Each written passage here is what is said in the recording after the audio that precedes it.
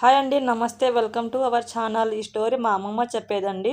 ఒక ఊర్లో భార్య భర్త ఉండేవాళ్ళు. వాళ్ళకి పెళ్ళి 20 సంవత్సరాలు అయినా పిల్లలు పుట్టలేదు. మొక్కులు నోములు చేసినా కానీ పిల్లలు పుట్టలేదంట వాళ్ళకి. ఇంకా దేవుడి మీద భారం వేసి భార్య భర్తలు కూలీ చేసుకునే వాళ్ళంట.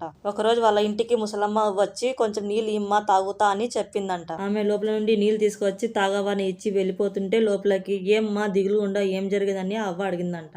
ఏం లేదవ్వా, నాకు పెళ్ళి 20 సంవత్సరాలు అయింది, పిల్లలు పుట్టలేదు. నాతో పాటు పెళ్ళైన వాళ్ళ పిల్లలు పుట్టారు. ఆమె నా కాడ ఒక మందు ఉంది, ఆ మందు 2000 చెప్పి తీసుకోమని ఇచ్చి రోజు పాలల్లో కలుపుకొని తాగు, పిల్లలు పుడతారు అని చెప్పి. ఆమె నా దగ్గర అన్ని డబ్బులు లేవు అవ్వా, 200 300 ఇస్తాను, 2000 అంటే యాడ లేవు అవ్వా అనిందంట.